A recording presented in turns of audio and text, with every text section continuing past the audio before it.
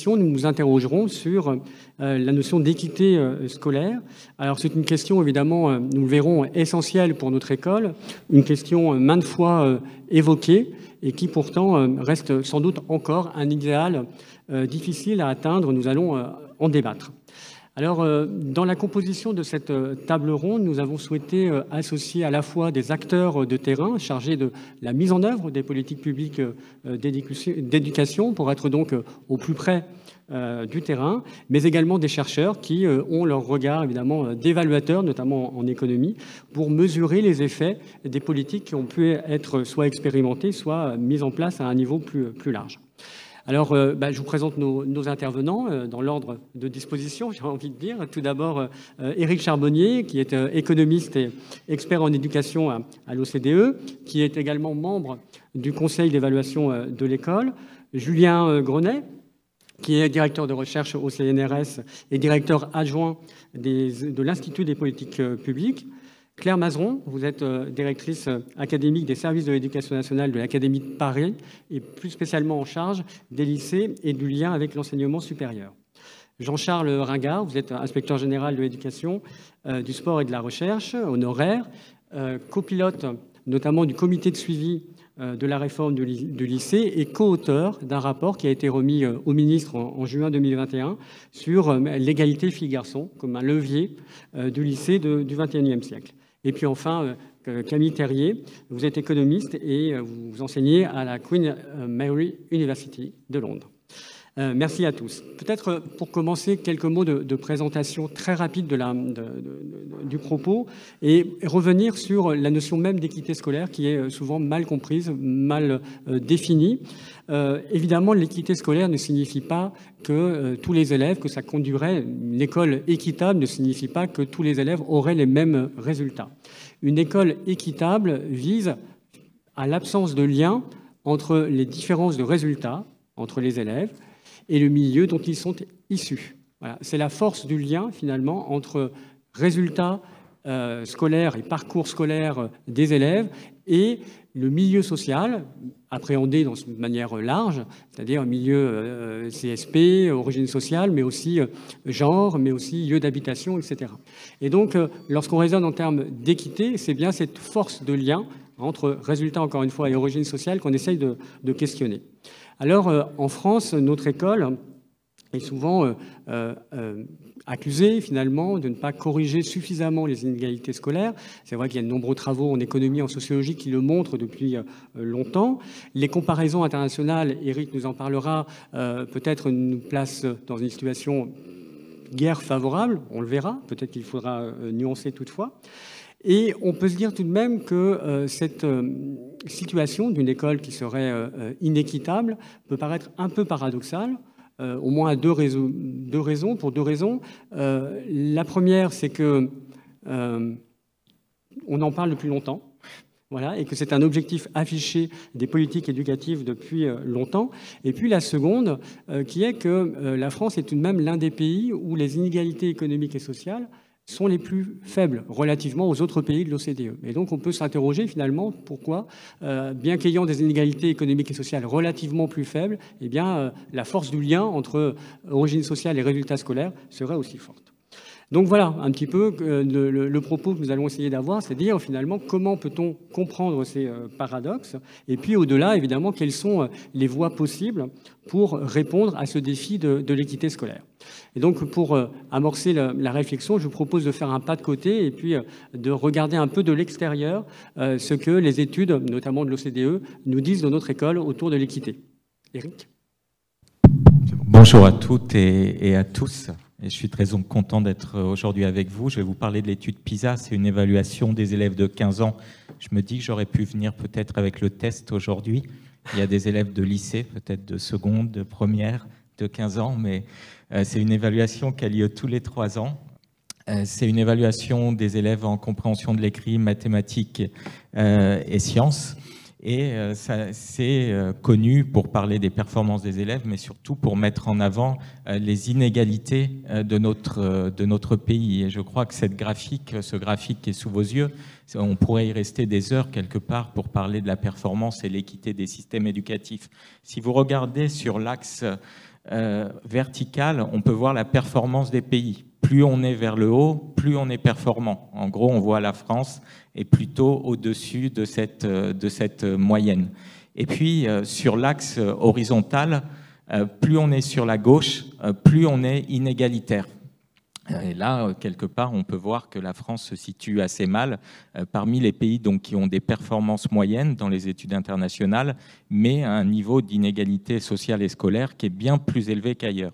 Quelque part, les pays rêvés qui arrivent à combiner équité et excellence ne sont pas si nombreux que ça, mais ils sont de plus en plus par rapport aux premières études PISA et on les retrouve dans le cadran en haut à droite. Ce qui est intéressant, c'est qu'il n'y a pas un seul système éducatif parmi ces pays. On a des pays qui sont dans des zones géographiques très différentes, qui ont des systèmes d'éducation aussi qui ne sont pas du tout orientés de la même façon, des cultures différentes. On retrouve la Corée, le Japon, le Canada, la Finlande dans les pays nordiques, l'Estonie dans les pays d'Europe de l'Est, le Danemark, l'Irlande. Ces pays-là arrivent à associer qualité et équité sociale. Donc ça doit nous donner un message fort que ces inégalités ne sont pas une fatalité. Un message peut-être positif sur la France, parce qu'on entend toujours la France est parmi les pays les plus inégalitaires ou le pays le plus inégalitaire du monde. On voit sur ce graphique que plus on va sur la gauche, il y a d'autres pays qui sont dans la même situation, voire qui ont un petit peu plus d'inégalités. Et quand on regarde dans le temps, quand on communiquait sur les études PISA entre 2000 et 2010 à l'OCDE, tous les 3 ans, on disait les inégalités sociales augmentent en France. Mais depuis 2010, elles se sont stabilisées, certes à un niveau trop élevé, il faut agir sur les inégalités, mais malgré tout, elles n'ont pas augmenté, donc ça peut nous laisser optimistes et de se dire que il y a peut-être eu une volonté politique qu'on entend depuis le quinquennat de François Hollande, depuis 2012, d'agir sur les inégalités, d'investir dans les premiers niveaux d'éducation, d'investir dans les établissements défavorisés. Voilà, c'est des leviers qui, en général, fonctionnent bien pour réduire les inégalités sociales. 2 points communs à ces pays en haut à droite, parce qu'on a beaucoup travaillé à l'OCDE pour essayer de comprendre comment des pays avec des systèmes d'éducation si différents pouvaient arriver à concilier excellence et équité.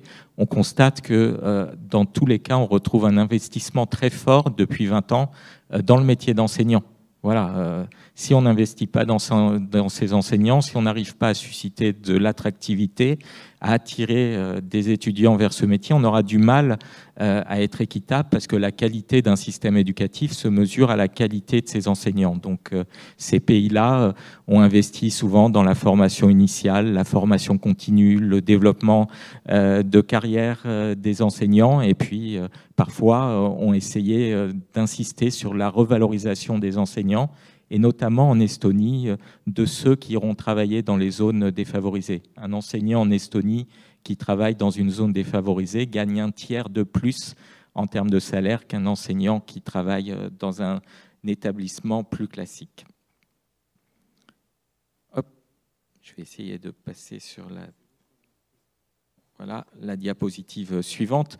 Donc un des enjeux aujourd'hui, c'est soutenir les établissements défavorisés, lutter contre les inégalités, c'est vraiment agir là où elles se retrouvent. On sait bien qu'en France, on a certains problèmes de mixité scolaire et Julien et Claire en parleront bien mieux que moi. Et on a vraiment un besoin d'investir dans ces établissements les plus défavorisés. On peut voir ici, par exemple, c'est une statistique de notre enquête Thalys, c'est le pourcentage d'enseignants au collège qui sont d'accord ou tout à fait d'accord avec l'affirmation « je voudrais changer d'école si c'était possible ».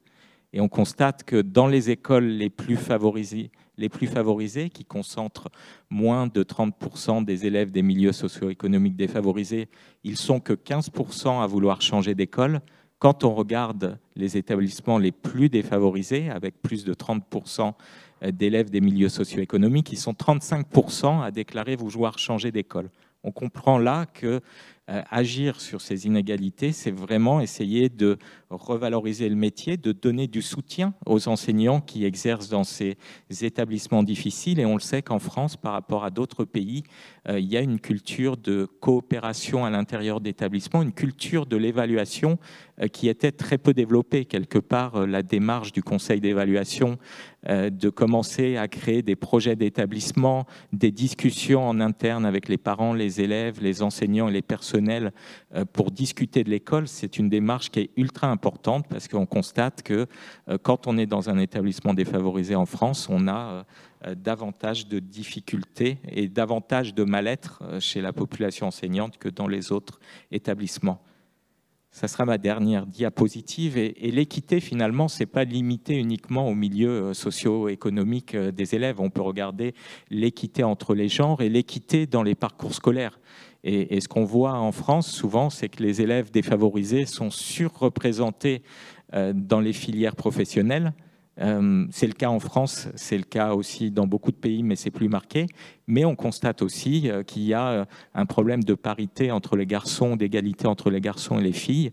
Et les filles ont tendance à être sous-représentées dans les filières professionnelles. Alors la France n'est pas pire que les autres pays, hein. On a 46% d'élèves qui sont dans de filles qui sont dans les lycées professionnels et 54% de garçons. C'est à peu près dans la moyenne des pays de l'OCDE.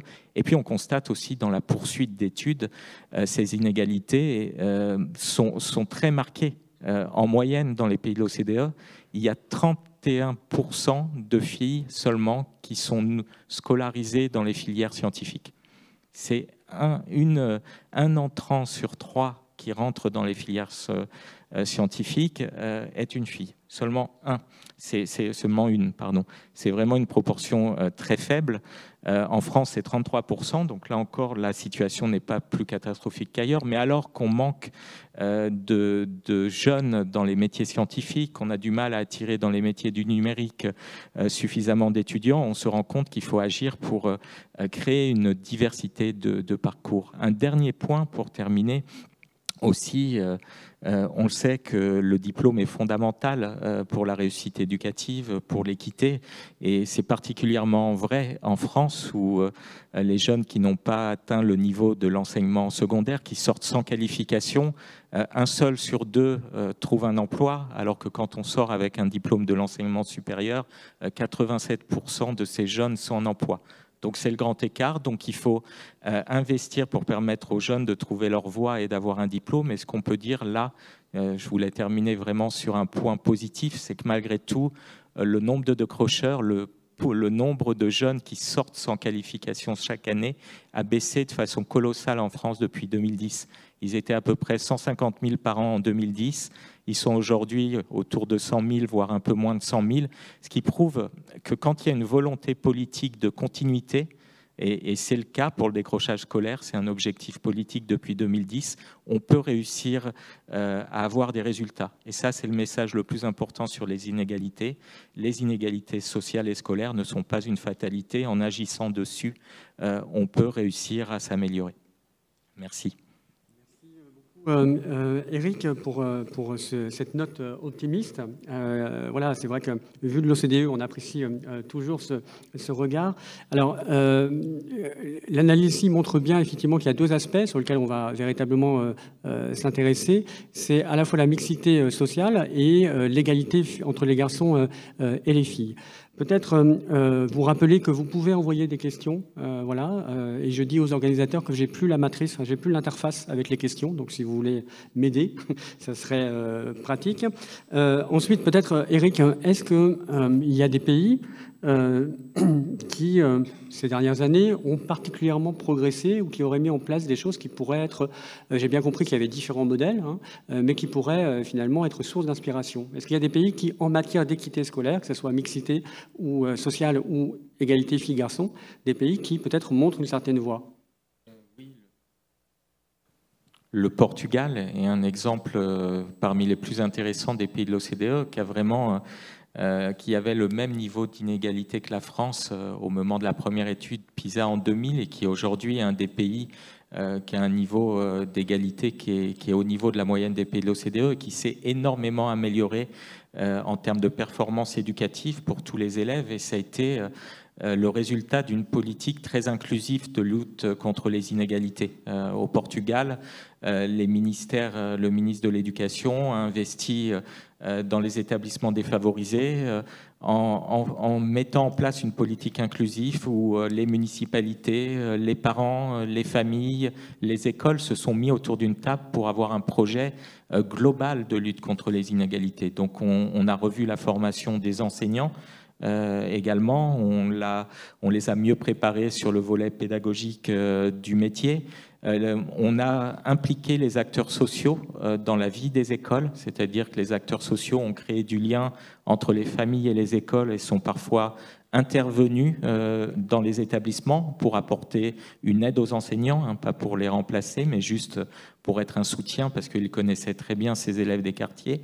Et on a vu des résultats assez rapides d'amélioration des performances en l'espace de 10 ans. A contrario, on a vu en Suède une aggravation des inégalités avec une politique de totale décentralisation où on a laissé la responsabilité des établissements aux municipalités. Les municipalités ont décidé de recruter les enseignants. En même temps, on a allégé la carte scolaire, les parents pouvaient choisir leurs écoles et ce qu'on a pu voir au bout de 10 ans, c'est que les inégalités ont augmenté de façon très rapide en Suède et en ce moment, ils sont en train de revenir en arrière sur toutes ces réformes. Donc on voit à la fois ce qu'il faut faire et ce qu'il ne faut pas faire. Merci pour ces deux exemples contradictoires d'une certaine façon, mais qui donnent des pistes. On voit qu'il faut agir à tous les niveaux. La dimension organisationnelle de l'école est importante. Et donc, je vais tout de suite donner la parole à Claire Mazeron, qui va nous présenter effectivement une réforme qui, vous en avez certainement entendu parler, qui a fait grand bruit sur les modalités d'affectation des élèves au lycée dans l'Académie de Paris. Peut-être lancer le diaporama. Voilà. Bonjour à toutes et à tous. Alors, l'Académie de Paris est l'académie la plus ségrégée de France. Ça veut dire très concrètement que les différences sociales, et on le verra également scolaires entre ces établissements, qu'il s'agisse des collèges ou des lycées, sont les plus importantes. Alors, pour illustration, j'ai pris cette carte qui montre, à l'échelle donc de l'Académie de Paris, la proportion d'élèves boursiers par collège en 2021. Ce que l'on peut constater, vous le voyez, c'est qu'il y a des secteurs de collèges où il y a entre 60 et 70% de boursiers, et à l'inverse, bien d'autres secteurs, parfois très encastrés d'ailleurs, à une échelle très fine, où il n'y en a quasiment pas. Pour donner une autre idée de ces très fortes différences sociales à l'intérieur des établissements parisiens et entre établissements parisiens, on peut donner la mesure de l'indicateur, de l'indice de positionnement social, qui est un indice utilisé depuis quelques années par le ministère. À Paris, dans les établissements publics, j'insiste là-dessus, je ne parle pas du privé, il varie du simple au double. C'est-à-dire qu'on peut être au collège Daniel Meyer dans le 18e arrondissement avec un IPS de 74,4 ou au collège Rognoni dans le 5e arrondissement avec un IPS de 157.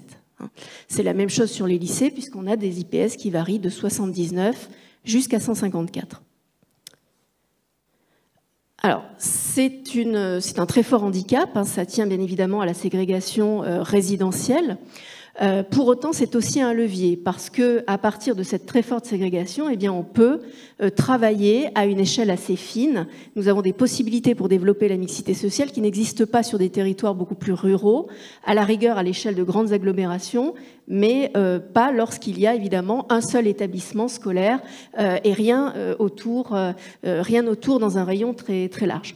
Alors, le premier levier pour développer une politique de mixité sociale, et c'est ce que nous avons fait à Paris depuis 2 ans, c'est d'agir très fortement sur les procédures d'affectation des élèves. C'est la compétence du directeur académique, en lien avec les collectivités évidemment territoriales.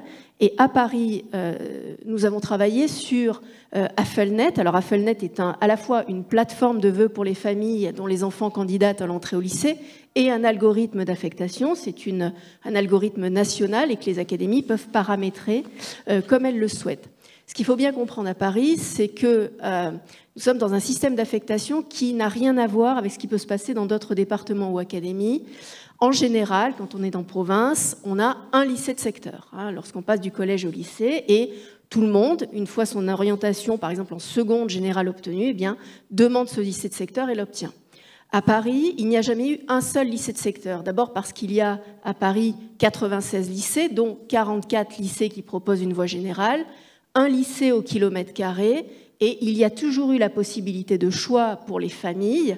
En 2008, la procédure AFLNet automatisée via l'algorithme s'est greffée sur ce qui existait, c'est-à-dire pas de lycée de secteur, mais un choix régulé des familles entre plusieurs types d'établissements. Donc les familles émettent 10 vœux, et c'est ensuite un système de bonus lié au secteur géographique, lié aux résultats scolaires et à un système de compensation par des bonus sociaux qui permettent finalement de donner un barème à l'élève et de lui attribuer un lycée, si possible, au plus haut de ses vœux.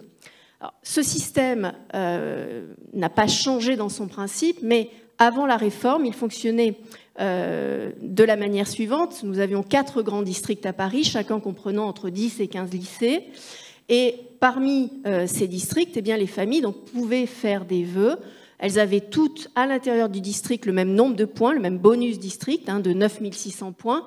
Et ce qui faisait la différence finalement entre des familles formulant les mêmes vœux, eh bien, c'était les résultats scolaires compensés par un bonus donné aux boursiers ou un bonus aux élèves ayant suivi toute leur scolarité en collège REP ou REP+. Alors, c'est un système qui avait bien fonctionné pour introduire de la mixité sociale. Je vous ai mis 2 graphiques qui sont tirés des travaux de Julien Grenet, il pourra les commenter. L'indice de ségrégation sociale à Paris est très élevé, mais pour autant, ce n'est pas le plus élevé de France, parce que dans les lycées, nous avons depuis 2008 un système de bonus boursier qui fonctionne comme un quota, c'est-à-dire que chaque lycée doit avoir un quota de boursiers. Ça avait permis donc d'introduire une mixité sociale importante dans les lycées les plus attractifs et dans les lycées les plus favorisés. Par contre, ce système très concurrentiel d'affectation, de choix régulés, avait conduit à une très forte ségrégation scolaire. En clair, on peut avoir de la mixité sociale dans les lycées avec des très bons boursiers, 30% de boursiers, mais des très bons boursiers. Et à l'inverse, vous pouvez avoir au contraire des établissements qui n'ont pas de boursiers, mais qui ont tous les élèves aux résultats les plus fragiles. Et la ségrégation scolaire à Paris, comme le montre le graphique, elle était avant la réforme de presque 5 fois plus élevée que la moyenne nationale. Une illustration du système tel qu'il fonctionnait avant. Le taux de boursiers en 2020 était assez équilibré entre lycées si on accepte les extrémités, c'est-à-dire finalement des lycées situés dans l'ancien district Est. L'Est à Paris est une population beaucoup moins favorisée, et puis au contraire des taux de boursiers beaucoup plus faibles dans l'Ouest, puisque l'Ouest parisien, là encore, compte beaucoup moins de populations défavorisées. Donc la mixité sociale avait progressé, mais il restait encore bien sûr des ajustements à faire entre secteurs géographiques. Par contre, j'ai parlé de ségrégation scolaire. Vous avez ici la répartition des élèves dans le district Est en 2020 en fonction de leur note de 3e. En bleu, c'est les élèves qui avaient plus de 15 de moyenne en étant affectés au lycée. Et vous avez à l'autre bout de l'échelle donc des élèves qui étaient affectés avec une moyenne inférieure à 10. Et c'est là qu'on voit l'illustration de la très forte ségrégation scolaire, c'est-à-dire qu'au lycée Charlemagne, on rentrait jusqu'en 2020 95% d'élèves qui avaient plus de 15 de moyenne. À l'inverse, au lycée Bergson, on avait moins de 5% d'élèves qui rentraient avec plus de 15 de moyenne. Ça n'existe pas en province parce qu'une fois qu'on a obtenu son orientation en seconde GT, eh bien, on va dans son lycée de secteur. Alors, qu'est-ce que nous avons changé? Je vais essayer de faire rapide. C'était un système qui ne satisfaisait personne, avec des taux de satisfaction des familles extrêmement faibles, beaucoup de recours chaque année, 2000 recours chaque année à peu près pour l'entrée en seconde. Donc nous avions pour objectif d'augmenter la satisfaction des familles, mais aussi bien sûr de renforcer la mixité sociale fine des lycées, notamment pour ceux de l'Ouest et pour ceux de l'Est qui n'avaient pas assez de boursiers ou trop de boursiers, et puis d'en finir avec les lycées de niveau, c'est-à-dire cette ségrégation très forte entre élèves, puisqu'il y avait des lycées à 15 de moyenne, d'autres à 14, d'autres à 13, etc. Avec 3 principes à respecter. Le faisable, nous manipulons un algorithme national qui n'est pas fait pour ce que nous faisons, nous le malmenons. Ce qui était souhaitable, c'est nos objectifs, et puis ce qui était acceptable, parce que modifier le système d'affectation à Paris, c'était s'engager dans une démarche de très grande violence. Voilà. Et on pourra témoigner les uns et les autres, Julien à côté de moi, que les discussions avec les parents d'élèves ont été parfois extrêmement difficiles et houleuses. Alors, nous avons joué premier levier sur un outil très simple qui est la sectorisation. Au lieu d'avoir un système de districts qui comprenait entre 10 et 15 lycées, nous avons resserré la carte. Et nous avons donné la possibilité aux élèves de choisir, dans un premier rayon, 5 lycées d'affectation prioritaire. Alors, pourquoi réduire le nombre de lycées? Plus vous mettez de lycées, j'allais dire, dans la corbeille, plus vous accentuez les effets de concurrence. Dans l'ancien district Est, il y avait 15 lycées et 50 collèges qui candidataient tous sur les mêmes 5 lycées. C'est-à-dire les lycées du centre de Paris, plus le lycée Hélène Boucher, lycée à très bonne réputation de l'Est parisien. En ne mettant plus que 5 lycées, eh bien, finalement, on réduisait le taux de pression à l'entrée de chacun d'entre eux. Par exemple, le lycée Charlemagne, très demandé, il y avait plus 50 collèges qui pouvaient candidater, mais 20.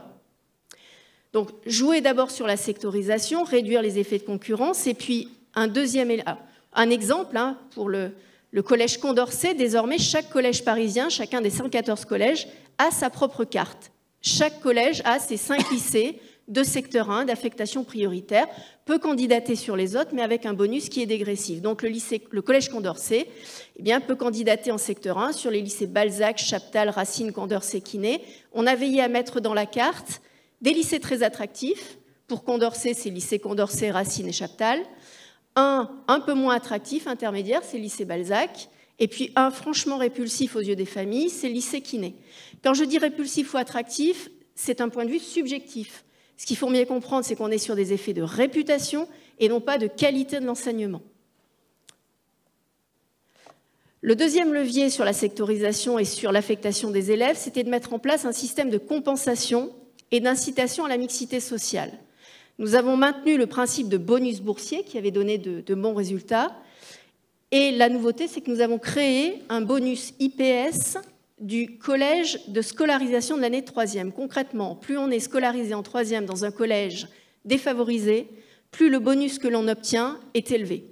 Donc, pour les élèves scolarisés dans des collèges dont l'IPS est inférieur à la moyenne nationale, ils obtiennent 1200 points, qui permettent de compenser les points de résultats scolaires et les points de sectorisation de carte. Et pour ceux dont l'IPS est entre la moyenne académique et la moyenne nationale, donc on a donné un bonus de 600 points. Alors, pourquoi faire plusieurs tranches?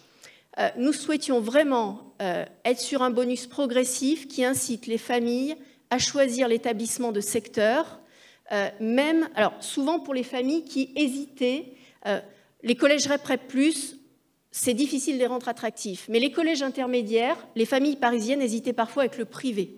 Donc, c'était l'incitation qui pouvait permettre de faire ce choix à l'entrée en 6e et de ne pas choisir l'établissement privé, sachant que les IPS des collèges privés à Paris sont presque tous supérieurs à la moyenne académique, donc ils n'ont pas de bonus. Enfin, dans le cadre de l'affectation, nous avons eu une démarche plus large que simplement réformer Affelnet. Lutter contre ce que j'appelle les chevaux de Troie de la ségrégation sociale et scolaire. Tous les cursus qui ne rentraient pas dans Affelnet, les cursus sur dossier à recrutement particulier. La meilleure illustration, c'est Henri IV et Louis le Grand. Nous avons conduit cette réforme l'année dernière. Nous avons supprimé le recrutement sur dossier, qui avait un certain nombre de biais. D'abord, on sait très bien que les familles les plus éloignées de l'école ont beaucoup de mal à constituer, à déposer ce dossier. Donc nous avons supprimé cette autocensure qui tenait au dossier, et le dossier introduisait par ailleurs un biais, puisque lorsqu'on regarde d'où vient l'élève, eh bien on n'a pas le même regard sur son dossier scolaire que lorsque le dossier est anonyme. Donc Affelnet permettait cet anonymat, même si Henri IV et Louis le Grand ne sont pas rentrés complètement dans Affelnet. On pourra y revenir éventuellement dans les questions. Et nous avons aussi harmonisé, rendu transparentes toutes les procédures d'affectation dans des cursus à recrutement particulier, les sections internationales par exemple. Tout est piloté depuis le rectorat, avec un barème, avec un dépôt de dossier de candidature extrêmement facilité et transparent. Nous avons réaffirmé le cadre réglementaire, conduit des campagnes de systématique de vérification d'adresse, la chasse à la boîte aux lettres. Et puis, nous avons responsabilisé les familles qui faisaient le choix du privé. Nous avons intégré les établissements privés dans Affelnet en 2021 Ça ne veut pas dire qu'ils ne peuvent pas recruter les élèves selon leurs propres critères, mais on doit avoir la visibilité sur les familles qui font ce choix pour qu'elles ne candidatent pas en même temps aussi dans le public et pour qu'elles ne prennent pas des places aux élèves qui candidatent uniquement dans le public. Alors, je vais passer très rapidement sur 2 autres leviers. Développer la politique de mixité sociale, c'est aussi agir sur la carte des établissements et des formations, répartir équitablement ce que j'appelle les cursus à haute valeur ajoutée ou distinctifs. À Paris, toutes les formations, les options, les enseignements rares, les cursus à recrutement particulier étaient dans des établissements très favorisés. Donc, pour faire clair, nous n'ouvrons plus de sections internationales dans des lycées à très fort IPS ou dans des collèges à très fort IPS. Nous le faisons dans des établissements beaucoup plus défavorisés. Lutter également contre l'éviction des élèves les plus fragiles. À Paris, 40% de l'offre de STMG dans des lycées qui n'ont pas de voie générale. Ça veut dire que lorsqu'on veut se débarrasser des élèves fragiles, eh bien, il suffit de ne pas avoir, par exemple, de voie STMG ou de voie technologique et d'envoyer ces élèves dans des lycées qui n'ont que ça. Voilà. 40% des places à Paris en STMG sont dans des lycées sans voie générale. Ça n'existe pas ailleurs. Et enfin, agir sur les établissements ghettos, c'est-à-dire fermer les ghettos, fusionner des établissements. On parle beaucoup, c'est peut-être pas arrivé jusqu'à Lyon en ce moment, de la fermeture du lycée Brassens dans le 19e arrondissement, qui est un lycée général avec des cursus spécifiques en danse et musique. C'est le plus haut IPS de l'Académie de Paris, c'est 154. Nous ne fermons pas ces formations, nous les transférons au lycée Bergson, qui est à 10 minutes et qui a un IPS de 95. Voilà. Quelques exemples de ce que nous avons développé à Paris. Merci beaucoup Claire qui permet de bien cibler le propos et surtout de montrer toute la complexité d'une telle politique de mixité sociale où on est, vous l'avez bien expliqué, entre le faisable, le souhaitable, l'acceptable. Alors peut-être 2 petites précisions. On nous demande tout d'abord de rappeler ou de préciser ce qu'est un IPS. Est-ce que quelqu'un veut bien préciser ce qu'on appelle l'IPS, donc l'indice de position sociale ? Julien, si vous voulez.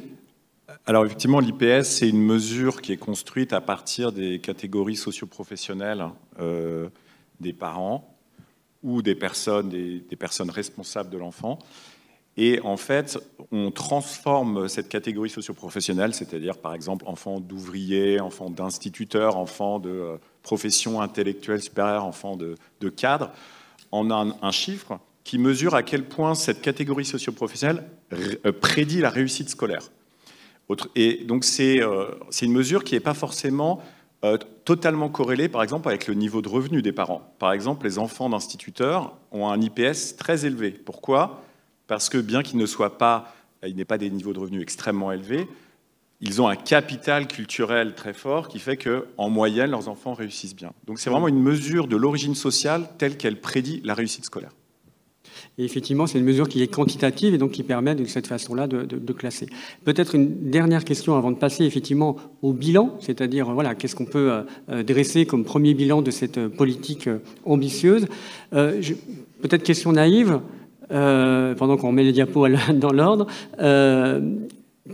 Pourquoi mener une politique de mixité sociale ? C'est-à-dire, vous avez bien indiqué, c'est une académie qui est ségrégée, certes, mais pourquoi faut-il mélanger les publics scolaires, mélanger socialement les publics scolaires ? Pour quelle finalité finalement ? Je dirais qu'il y a 2 finalités. La première, c'est qu'à un moment donné, les enfants, quel que soit leur milieu, doivent se rencontrer. Et s'ils ne le font pas à l'école, ils ne le feront pas ensuite, évidemment, dans le milieu professionnel, ou plus difficilement. Donc il y a un enjeu, c'est un mot galvaudé, mais de vivre ensemble, très, très clair.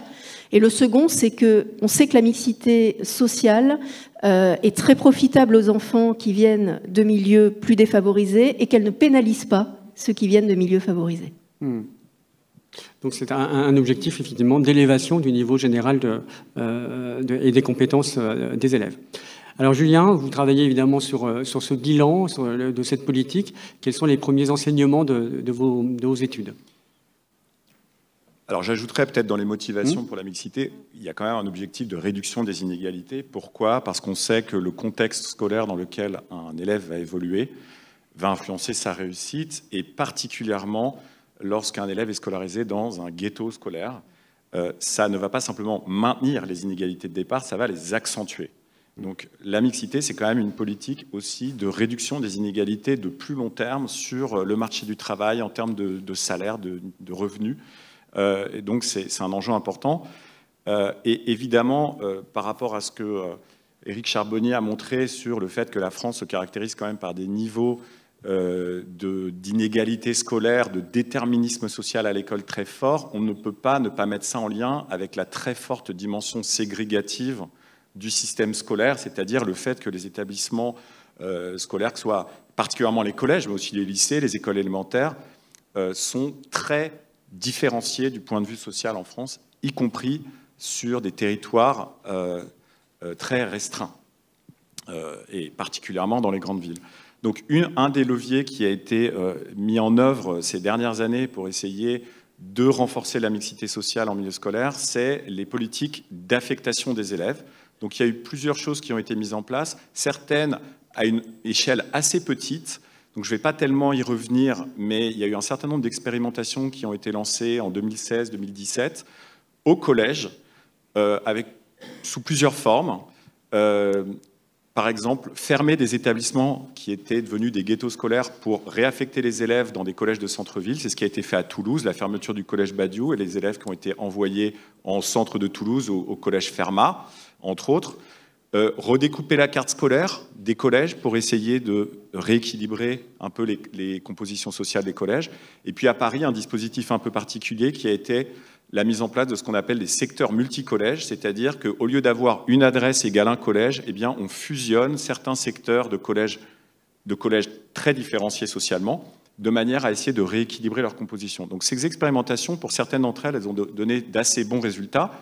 Simplement, une limite, c'est que ça n'a concerné qu'un tout petit nombre de collèges en France, et donc aucune de ces expérimentations ne prétend avoir eu un effet, on va dire, macro, qu'on peut détecter dans les statistiques au niveau d'une ville, par exemple.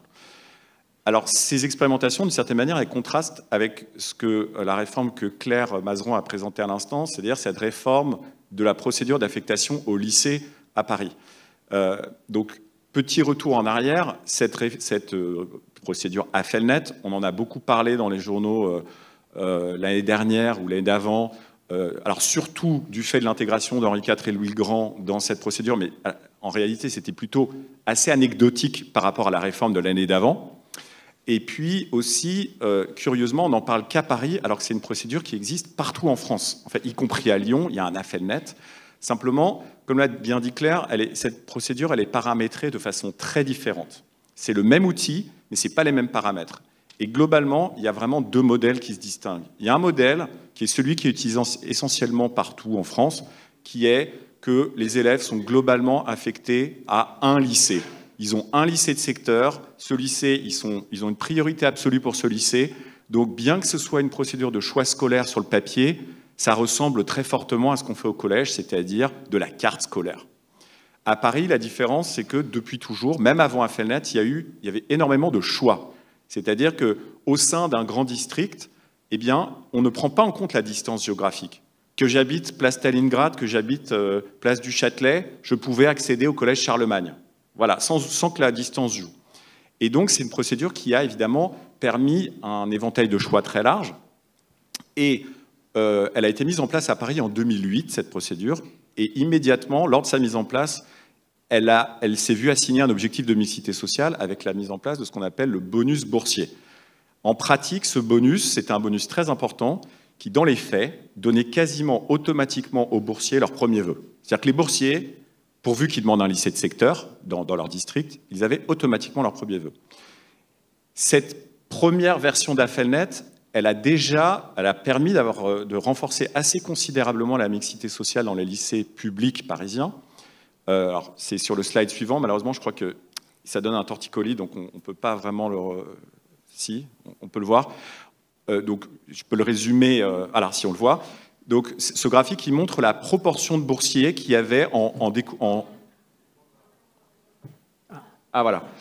Ce graphique, il montre la part des boursiers dans 4 groupes de lycées parisiens qui sont triés en fonction de le niveau moyen des élèves au départ, c'est-à-dire les lycées les plus défavorisés, enfin les moins sélectifs de la capitale en haut avaient à peu près 25% de boursiers, les lycées les plus sélectifs de la capitale avaient à peu près 5%. Au moment de la mise en place d'Affelnet en 2008 et dans les années suivantes, le bonus augmentant, la valeur du bonus augmentant, eh bien, la part des boursiers dans les différents lycées a convergé et Claire Mazeron a montré qu'à la fin, effectivement, on était quasiment à 20% partout. Donc, réellement, une politique qui a permis de faire converger les compositions sociales des lycées parisiens.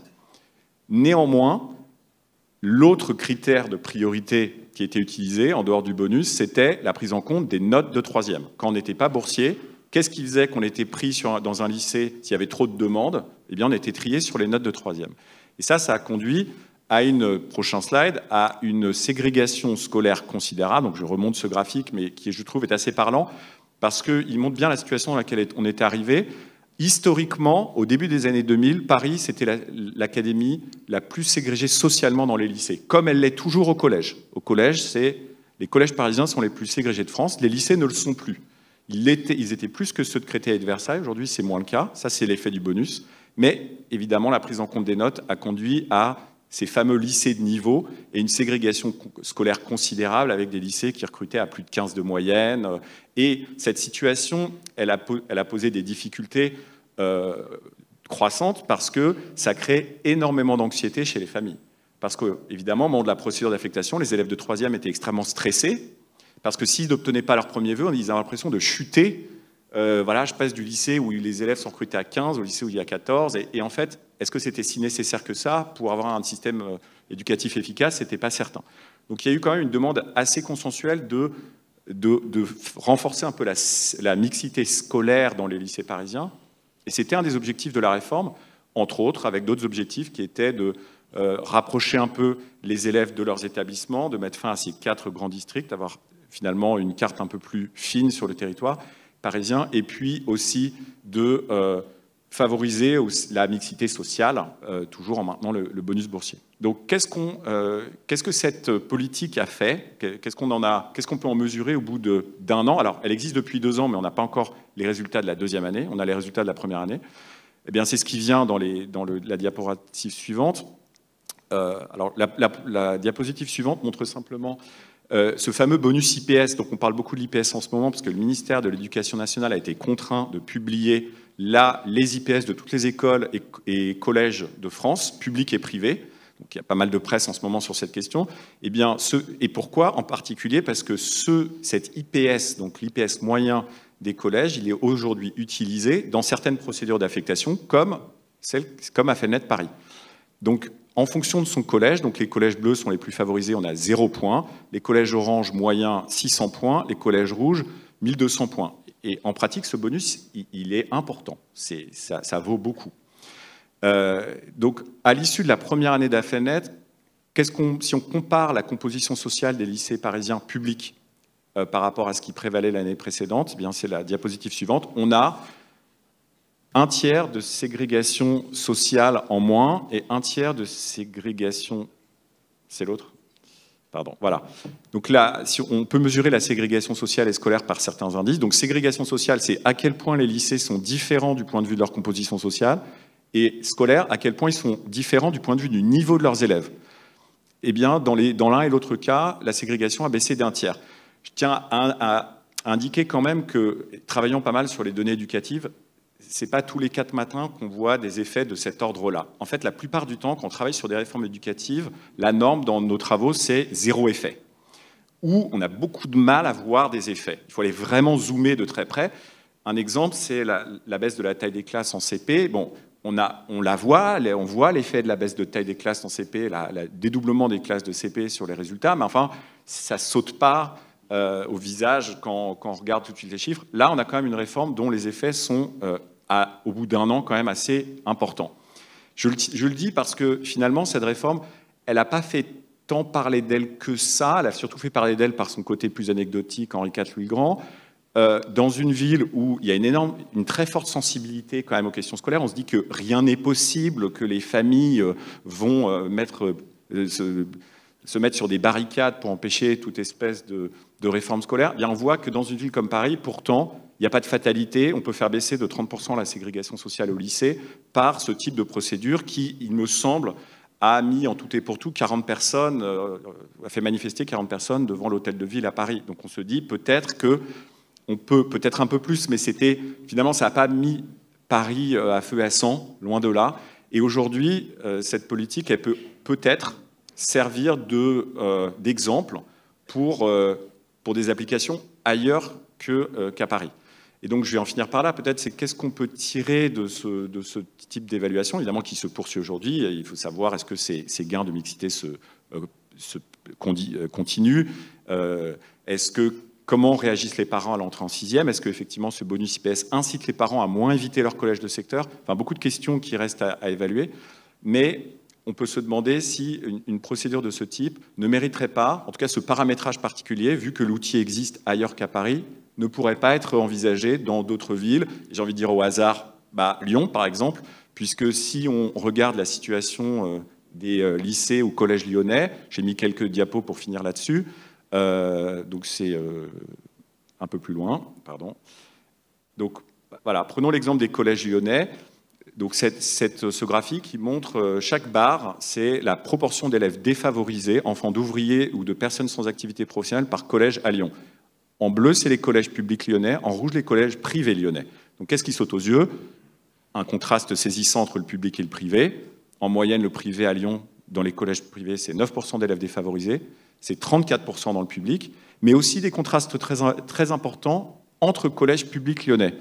Et au lycée, c'est pareil, on a aussi des contrastes considérables entre, là c'est que les lycées publics généraux et technologiques et lycées privés généraux et technologiques, on a aussi des écarts considérables. Et un outil comme Affelnet, finalement, il permettrait au moins sur le volet public de réduire ces écarts. Reste un défi qui, pour l'instant, reste pas mal en dehors des débats, mais enfin qui mérite quand même d'être mis en discussion, c'est la question de quid du privé. Sachant qu'aujourd'hui, le privé ne fait pas partie de la procédure Affelnet, l'affectation au privé n'est pas du tout régulée par cette procédure, alors même qu'on le voit avec la publication des IPS des établissements scolaires, le privé contribue, l'évitement vers le privé contribue massivement à la ségrégation sociale, aussi bien au collège qu'à l'école élémentaire, qu'au lycée. À Paris, par exemple, 50% de la ségrégation au collège, ça vient du privé.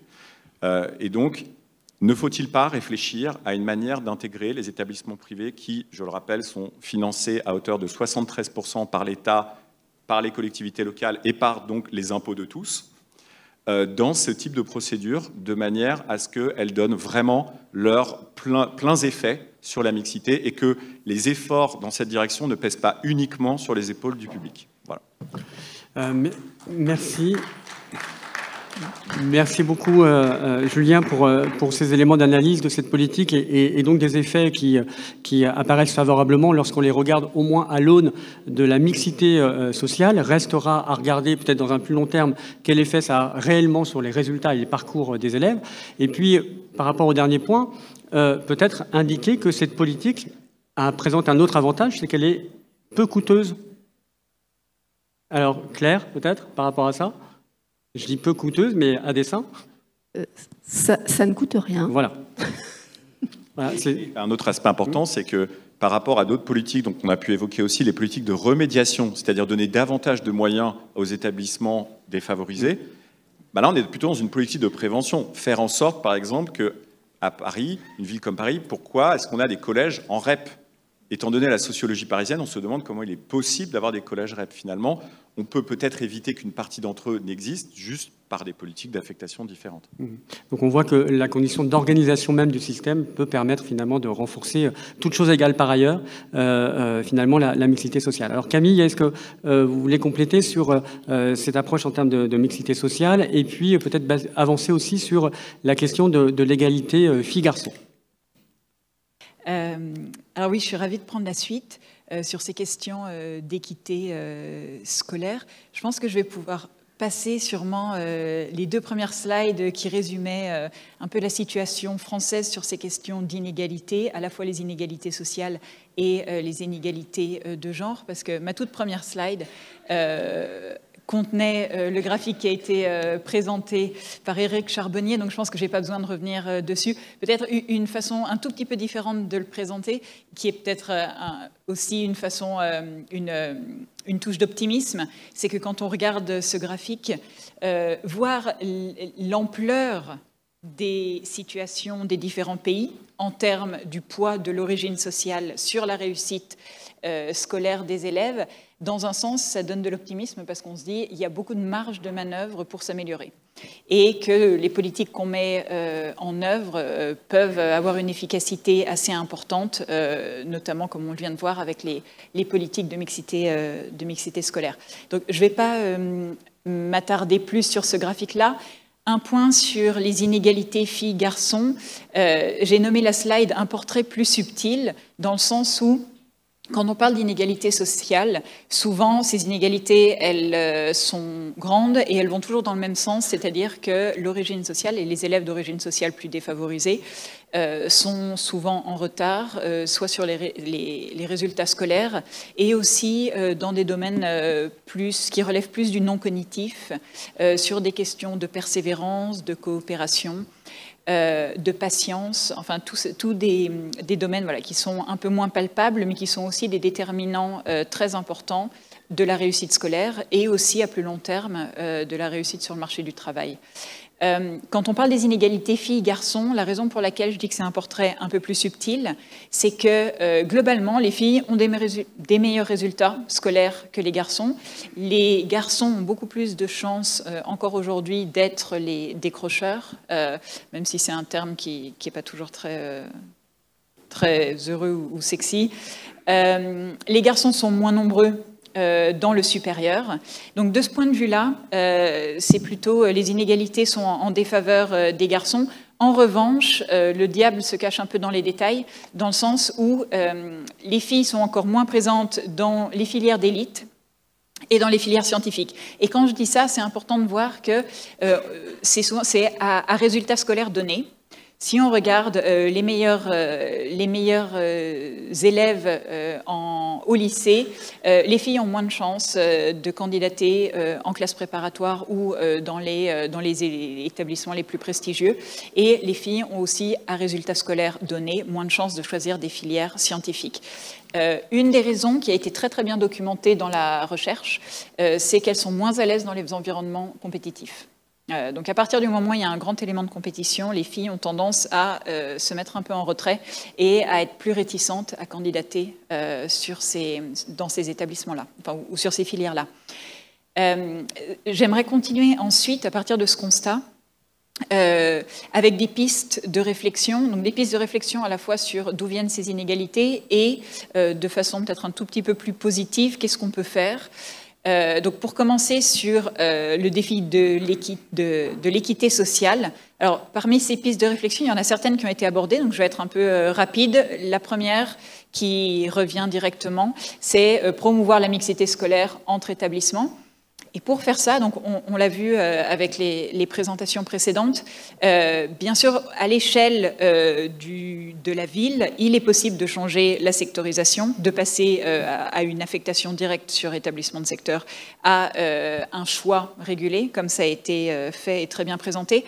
Un élément important à prendre en compte, c'est au vu d'une situation donnée, au vu de Affelnet aujourd'hui à Paris, comment les élèves prennent-ils leurs décisions et quelle est la démarche qui amène les élèves à candidater au lycée A, B et C. Et notamment, ce qui est intéressant, c'est de voir est-ce que cette démarche de candidature, elle diffère pour les élèves d'origine sociale favorisée et défavorisée. Ce qu'on sait au vu des travaux de recherche, et là, ce que je vais faire dans ma présentation, c'est surtout de m'appuyer sur les travaux de recherche à l'échelle internationale qui ont utilisé des réformes ou éventuellement des contextes similaires. Ce qu'on sait du point de vue de la recherche, c'est que fournir le plus d'informations possible sur les établissements, c'est primordial pour réduire les inégalités dues à l'origine sociale. Pourquoi ? Parce que chercher de l'information, c'est coûteux et c'est difficile. En tant qu'élève, j'ai beaucoup plus de chances de savoir quels sont les lycées qui fournissent la classe préparatoire un peu niche, si mes parents sont enseignants, si mes parents ont une profession connectée, que si je suis un élève d'origine sociale plus défavorisée. Et c'est là que les villes ou les personnes qui organisent le processus d'affectation ont un rôle à jouer dans une généralisation de l'information qui est partagée. Un autre point très important, concerne les critères de sélection qui sont utilisés par les établissements. Et là, je vais utiliser l'exemple de APB, qui était affectation post-bac, l'ancêtre de Parcoursup. APB donnait un bonus aux élèves sur leur premier vœu. Ça, c'est une pratique qui est très courante en France, donc c'était le cas en France, c'est le cas dans beaucoup d'autres pays. Et ça a un désavantage très important, qui est que s'il y a un bonus, mais uniquement pour le premier vœu, ça pousse les familles à être très stratégiques, puisque si on n'a pas le premier vœu, ou si on n'a pas les résultats suffisants pour être affecté dans notre premier vœu, on va ensuite candidater dans le vœu numéro 2, mais on n'a plus le bonus. Donc vous voyez que assez intuitivement, ça donne lieu à des stratégies. Et à nouveau, le fait qu'il y ait des stratégies, ça crée des inégalités dans les candidatures en fonction de l'origine sociale des élèves, parce que comprendre quelle est la bonne stratégie à adopter, ça nécessite souvent de parler à d'autres familles, de comprendre quels sont les lycées où j'ai des chances d'être affecté, où ma priorité ou mon barème est suffisamment élevé. Ça requiert beaucoup d'informations qui est malheureusement pas forcément également disponible et partagée en fonction de l'origine sociale. Et un dernier point, mais qui a été abordé déjà, donc je ne vais pas m'y attarder, c'est limiter les critères de sélection qui reproduisent la ségrégation résidentielle, comme ça a été très bien expliqué. Une autre piste sur l'équité sociale, c'est de promouvoir la mixité scolaire, mais intra-établissement. On a beaucoup parlé, donc, avec les deux interventions précédentes, de la mixité entre établissements. C'est un élément clé et fondamental. Un autre élément important, c'est au sein des établissements, est-ce que si j'ai un pool d'élèves relativement divers, est-ce que les élèves d'origine sociale favorisée et défavorisée sont mélangés au sein des classes, ou est-ce qu'on a des classes de niveau? Et ce qu'on sait à nouveau des expériences étrangères, et notamment l'étude que je cite ici se passe au Texas. Et c'est une étude qui montre que les classes de niveau sont très très fréquentes. Et plus spécifiquement, ce qu'ils ont fait, c'est qu'ils ont regardé si on prend la ségrégation totale et qu'on découpe cette ségrégation totale entre quelle partie vient d'une ségrégation entre établissements et quelle partie vient d'une ségrégation au sein des établissements. Ils ont trouvé que la partie qui vient de la ségrégation intra-établissement était en fait plus grande que la ségrégation entre établissements. C'est un élément... Et pourtant, on sait, donc comme je crois Claire Mazeron l'a dit en répondant à une question, on sait que cette ségrégation, même intra-établissement, elle est préjudiciable, notamment parce que si on crée plus de mixité, c'est plus ou moins neutre, enfin ça ne détériore pas les résultats des élèves de CSP+, les élèves favorisés. En revanche, ça peut contribuer positivement à la réussite scolaire des élèves les plus défavorisés. Une troisième piste d'équité sociale, c'est la question de l'accès aux enseignants expérimentés. Donc ça, c'est un point qui n'a pas encore été abordé, sur lequel j'ai pas mal travaillé, moi, notamment parce qu'en France, les enseignants sont des fonctionnaires et le salaire des enseignants est régulé par un barème, qui est le barème de rémunération des enseignants. Il y a quelques variations et notamment des bonus pour les enseignants qui enseignent en éducation prioritaire. Jusqu'à il y a quelques années, ces bonus étaient assez limités. Ils ont augmenté pas mal dans les 2-3 dernières années. Mais le fait que le salaire des enseignants soit relativement constant, quel que soit le type d'établissement dans lequel ils enseignent, ça fait que c'est très très difficile, en fait, pour des établissements défavorisés, d'attirer les enseignants. Ça, c'est un constat qui se fait quasiment dans tous les pays, avec très très peu d'exceptions, notamment parce que les enseignants entre les pays, notamment dans les pays européens, sont très souvent des fonctionnaires. Donc c'est un constat du manque d'attractivité locale et à l'échelle des établissements qui est assez généralisé.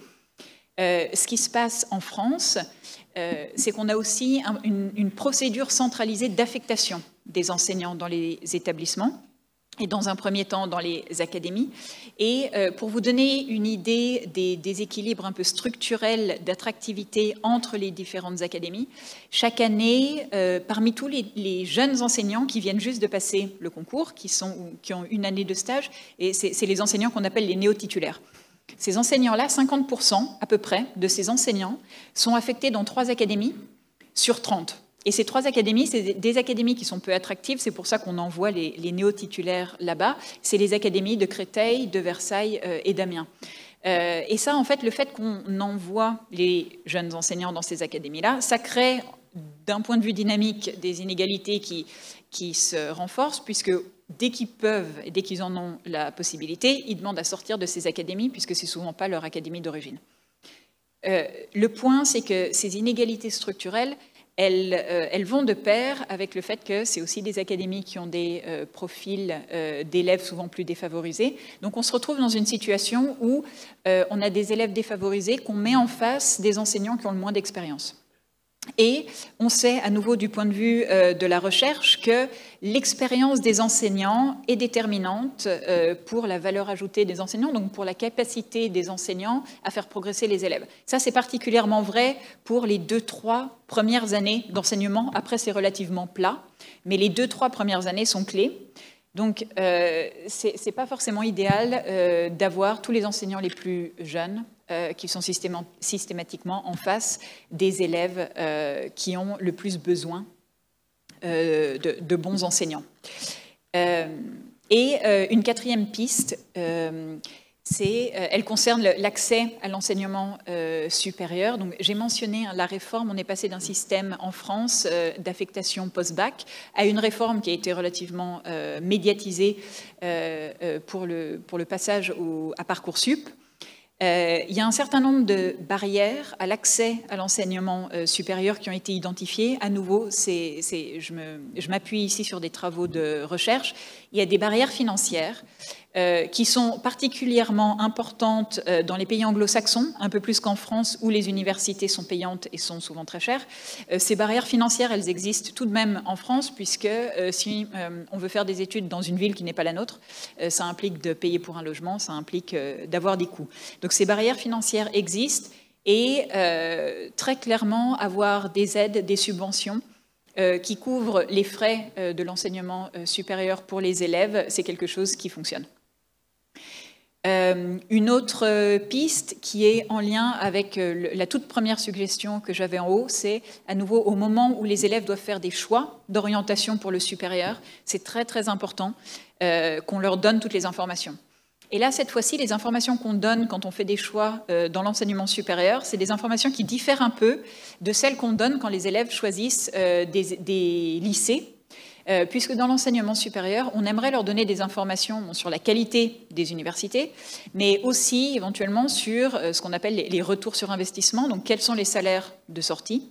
Il y a beaucoup d'informations en fait, qui vont déterminer les choix de candidature et qui existent actuellement, mais qui ne sont pas forcément centralisés. Ce qu'on apprend, si on regarde les travaux de recherche internationaux, c'est que plus on fournit, plus on rend l'accès à cette information facile. Par exemple, en ayant une plateforme où, pour chacun des établissements, on voit la difficulté, la sélectivité de l'établissement, le barème minimum pour y accéder, les salaires de sortie. Tout ça, c'est des informations qui aident beaucoup à faire des choix et qui souvent contribuent à réduire les inégalités. Et un dernier point qui est central, et c'est un point qui est très important à la fois du point de vue des inégalités sociales et des inégalités de genre, c'est la lutte contre l'autocensure et contre le manque de confiance en soi. Et pour parler de ça, je vais mentionner une recherche que je viens tout juste de terminer, qui porte sur les élèves qui candidatent à Parcoursup, donc qui font des vœux dans le supérieur. Et ce qu'on a fait, c'est que dans un premier temps, on a mesuré la confiance en soi des élèves. Pour faire ça, on leur a demandé quelle est ta note, ta moyenne générale. Et une fois qu'on leur avait demandé leur moyenne générale, on a demandé aux élèves, au vu de cette moyenne générale, où penses-tu que tu te situes sur la distribution à l'échelle nationale?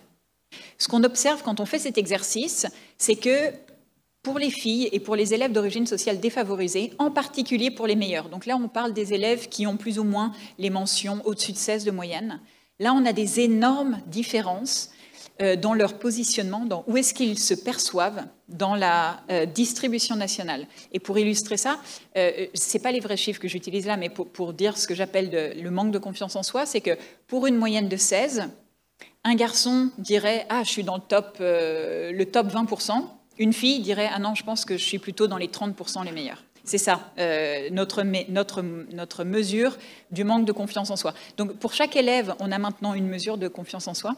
Et ce qu'on observe donc, c'est que parmi les meilleurs, les filles et les élèves d'origine sociale plus défavorisés ont un manque de confiance en soi très, très clair.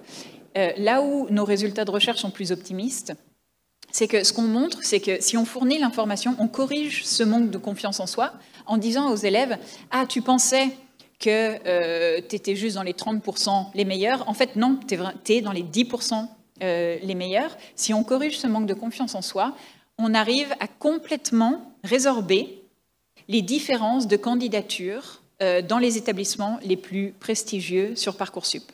Parce que ce qu'on a regardé, c'est ensuite, avec ces données qu'on a collectées sur la confiance en soi, à quel point le manque de confiance en soi affecte les candidatures sur Parcoursup et les résultats d'admission. On a les données administratives. Et donc, en corrigeant le manque de confiance en soi, on arrive à complètement résorber les différences filles-garçons et les différences en fonction de l'origine sociale, notamment sur la probabilité de candidater à une classe prépa. Donc, c'est des résultats assez importants. À nouveau, c'est une intervention très, très peu coûteuse, facile à mettre en place et qui consiste à corriger le manque de confiance en soi. Je n'ai pas regardé le timing. Je pense qu'on va passer okay. au-delà du constat. Voilà. Okay. C'est le bon timing, effectivement. Merci Camille, on va avancer. Merci pour tous ces éléments de recherche qui sont assez convergents en réalité et qui montrent bien aussi qu'on a des leviers pour agir sans que là aussi ça soit nécessairement coûteux quant au financement du système. Alors au-delà de ces constats, finalement, Jean-Charles, est-ce que quelles pistes, notamment sur l'égalité filles-garçons, on peut imaginer, quelles sont les principales préconisations du rapport, et puis après on en viendra, sur le temps qui nous reste, aux questions que j'ai reçues. Alors, je vais m'autoriser à faire 4 remarques générales, et puis en répondant naturellement à la sollicitation de Marc. La première remarque, c'est en fait la problématique qui nous anime tous les 5, là, cet après-midi, sur le défi de l'équité. Pourquoi le système éducatif français a-t-il besoin de relever le défi de l'équité? Parce que la France, qui est la 7e puissance mondiale, n'a pas à être déclassée. Et que l'enjeu du capital humain, c'est l'enjeu premier de la France. Et à partir de là, comment l'école peut-elle réduire, pour relever le défi de l'équité, les inégalités sociales, les inégalités territoriales, les inégalités de genre? C'est ça l'enjeu. Première remarque. Deuxième remarque. Sur les inégalités de genre, depuis que la mixité existe en France, 1975, loi Haby, depuis 1975, les garçons et les filles, vous êtes dans la même classe. 75, 45 ans, à peine 50. Rapporté au temps de l'éducation, c'est un temps court. Hein. Mais il se trouve que rapidement, dès le début des années 80, l'institution a été interpellée, notamment par des chercheurs, pour dire qu'il se pose en France un problème d'inégalité de genre. En gros, la trajectoire des filles et la trajectoire des garçons en situation sociale comparable n'est pas la même. Les ambitions ne sont pas les mêmes. Les résultats ne sont pas les mêmes. Et force est de constater qu'il y a une constante. Pas beaucoup bougé. Et Camille vous l'a dit. La constante, c'est quoi? Les filles sont meilleures que les gars, à tout niveau de formation confondu, quels que soient les examens, brevet, bac, licence, les filles réussissent mieux. Deuxième constat, elles apparaissent moins ambitieuses, comme s'il y avait une forme d'autocensure. Je ne suis pas capable d'aller dans les filières scientifiques. Je ne suis pas capable de faire numérique. A contrario, les garçons, sans doute, ont-ils eux-mêmes leur propre autocensure? Je ne suis pas intéressé par les humanités. Je ne suis pas intéressé par la philosophie ou les langues vivantes. Et ceci se retrouve dans les trajectoires professionnelles. Regardez aujourd'hui qui sont les acteurs des métiers du Caire. Qui sont les acteurs des métiers de l'enseignement? Vous comprenez bien que je laisse sous-entendre que c'est majoritairement, voire très majoritairement des femmes. Et à contrario, la même chose, on peut prendre du côté des sciences dures, du numérique, on a plutôt des hommes. Du côté de l'industrie, sciences et techniques industrielles et du développement durable, c'est plutôt une affaire de mecs. Bon, cette trajectoire-là, effectivement, comme l'a dit fort bien Julien ou Éric, c'est un défi que nous devons relever, au même titre que le défi social. Il n'y a pas de raison objective. C'est ça le sujet, mes amis. Il n'y a pas de raison objective qu'il y ait de telles différences de trajectoire et de résultats. Si ce n'est de se dire, et Camille l'a fort bien dit dans sa phase conclusive, il y a de l'autocensure, il y a un déficit de confiance en soi, il y a des constructions sociales qui font que. Alors, le ministère s'en est emparé, à travers la réforme du lycée, en se disant, il convient de faire de l'égalité filles-garçons un des leviers de changement et de réponse à ce défi de l'équité du système. Pour enclencher ce travail et faire en sorte que ça conduise à des pistes d'action, deuxième remarque générale. D'abord, je le rappelle, c'est une décision politique. L'égalité filles-garçons est une grande cause nationale décrétée par le président de la République et qui fait naturellement que c'est une politique interministérielle.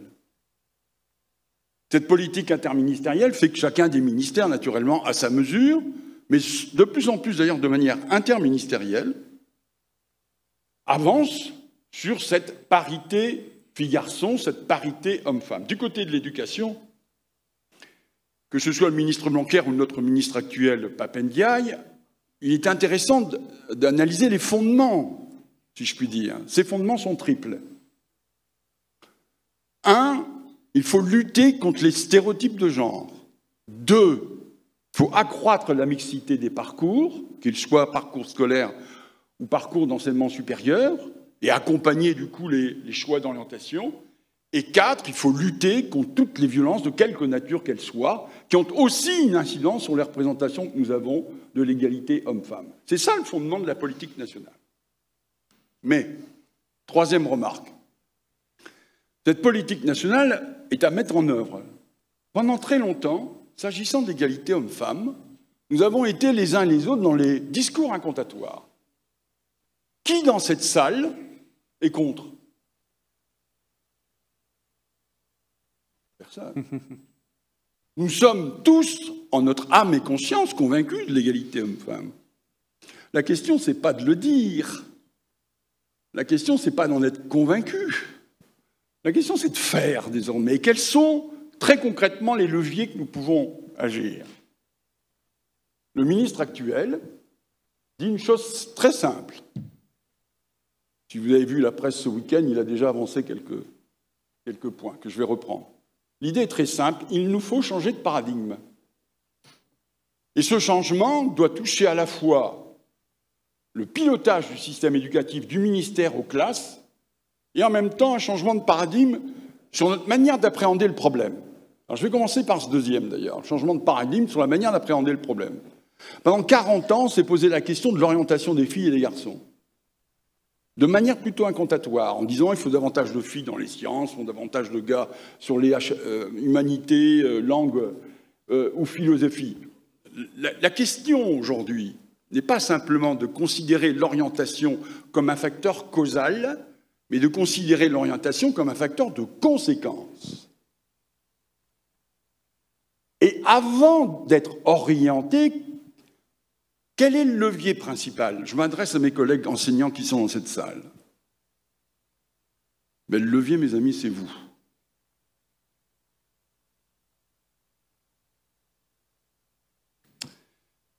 Comment, dans la classe, vous faites passer l'idée que les filles sont capables de réussir en mathématiques? Comment vous évaluez les garçons et les filles? Puis-je vous raconter une petite histoire?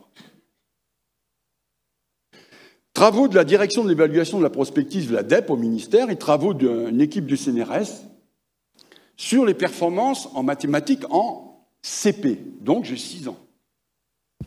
On fait passer un certain nombre de tests en mathématiques au début de l'année, en milieu d'année et à la fin de l'année. Et qu'est-ce que l'on constate? Au début de l'année, les petits garçons, les petites filles ont les mêmes perfs. Nos problèmes. 6 mois après, il y a des écarts de performance. À quoi sont dus ces écarts de performance? À 2 facteurs principaux. Premier facteur, la manière dont le maître, j'étais suffisamment enseignant dans ma vie pour que mes propos ne soient pas interprétés comme désobligeants à l'égard de mes collègues que je respecte au plus haut point. Mais il nous faut parfois, en toute lucidité, interroger nos gestes professionnels. Et là, en l'espèce, la manière dont le maître s'adresse aux garçons et aux filles n'est pas la même dans le champ des mathématiques, par exemple. Et le deuxième élément, c'est la manière dont on évalue. Comme si le maître, de manière inconsciente, avait une forme d'a priori évaluative, qui avait de fait une conséquence sur les résultats des filles. Sauf que ça se conscientise, ceci. Et ce n'est pas sans conséquence après sur les choix. Donc, premier élément du ministre, changement de paradigme, c'est dans la classe que ça se passe. Ce n'est pas simplement des politiques d'orientation. C'est de se dire qu'on est en capacité, tout à l'heure, Julien et Claire vous ont montré, il n'y avait pas de fatalité sur des politiques de cette nature-là. Et bien là, c'est pareil. Et que dit le ministre à ce propos? Il dit, à la rentrée 2023, dans chaque lycée, il faut que 4 filles par établissement. 4. 1, 2, 3, 4. Aillent plutôt vers les sciences. Par rapport à leur postulat de base et leur a priori de base. 4. Il y a 1600 lycées. Hein? Faisable, ça. 4 filles par niveau. Faisable. Changement de paradigme, mais c'est dans la classe que ça se passe. Dans la manière dont on appréhende le problème. Et dans la classe, il y a un autre phénomène, changement de paradigme aussi. Je vois qu'il y a de nombreux lycéennes et lycéens, si j'ai bien entendu Anouk tout à l'heure. Comment, entre vous, garçons et filles, vous avez discuté de votre orientation? Comment, entre vous, vous allez préparer, dans quelques semaines, Parcoursup? Qu'est-ce que vous allez vous dire ensemble? Ça, c'est le deuxième facteur. Il y a le facteur maître-élève, mais il y a le facteur élève-élève. Comme s'il y avait une forme de mimétisme, pour certains, je fais comme elle a envie de faire, ou par ailleurs, je fais différemment. Il est extrêmement important que dans ce changement de paradigme, on appréhende le fait que les rapports élève-élève participent de la construction d'un certain nombre de parcours et par conséquent, ultérieurement, de réussite. Changement de paradigme pour le ministre. Après, changement de pilotage. Deuxième action qu'il induit, et un pilotage qui fait que du ministère à chacune des classes, autant que faire se peut en tout cas, il y a un certain nombre de mesures qui soient prises. Je vais vous en citer quelques-unes. S'agissant du cadre national, vous avez entendu le ministre il y a moins de 48 heures. De dire aujourd'hui, il nous faut avoir des objectifs cibles. On est dans le principe de la performance. C'est un petit peu ce que Paris, finalement, s'est dit. Il faut qu'on ait des objectifs cibles d'amélioration de cette mixité scolaire. Et donc là, il dit une chose simple. Dans l'ensemble des enseignements de spécialité, puisque vous êtes lycéen, donc je me limite à votre ordre d'enseignement, là où il y a 13% de jeunes filles qui prennent sciences de l'ingénieur SI ou sciences informatiques NSI, 13%. Là où il y a 8% de garçons qui prennent humanité, littérature et philosophie, HLP. Dans moins de 3 ans, il faut monter à 50% dans les deux cas. Donc il y a un objectif, une ambition politique d'aller vers une parité effective. Deuxième mesure qu'il a annoncée, désormais, les lycées, il y a des lycées lyonnais ici, pas simplement que le lycée du Parc, les lycées doivent s'engager dans un processus de labellisation.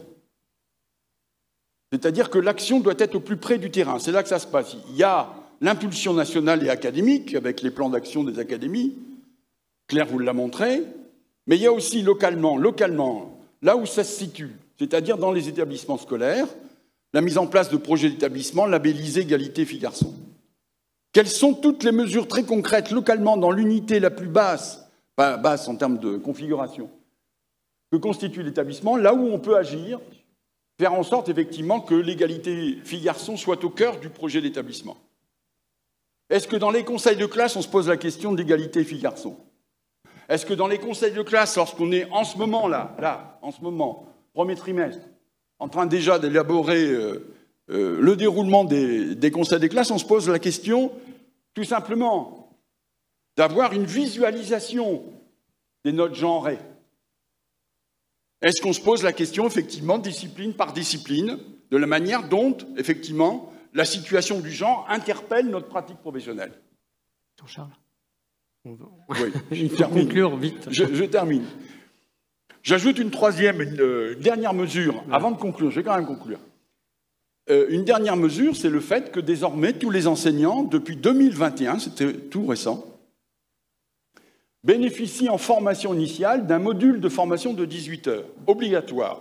Qu'on soit prof des écoles ou prof des collèges et lycées, il y a un module de 18 heures qui est centré sur l'égalité filles-garçons. Ce module, qui est donc spécifique, s'accompagne d'un certain nombre de réflexions intradisciplinaires pour voir comment, en mathématiques, pour voir comment, en français, pour voir comment, en langue vivante, on peut appréhender cette approche à travers la didactique de la discipline. Bon. Voilà les quelques mesures que je voulais indiquer. Je vais quand même conclure sur l'enjeu, en fait.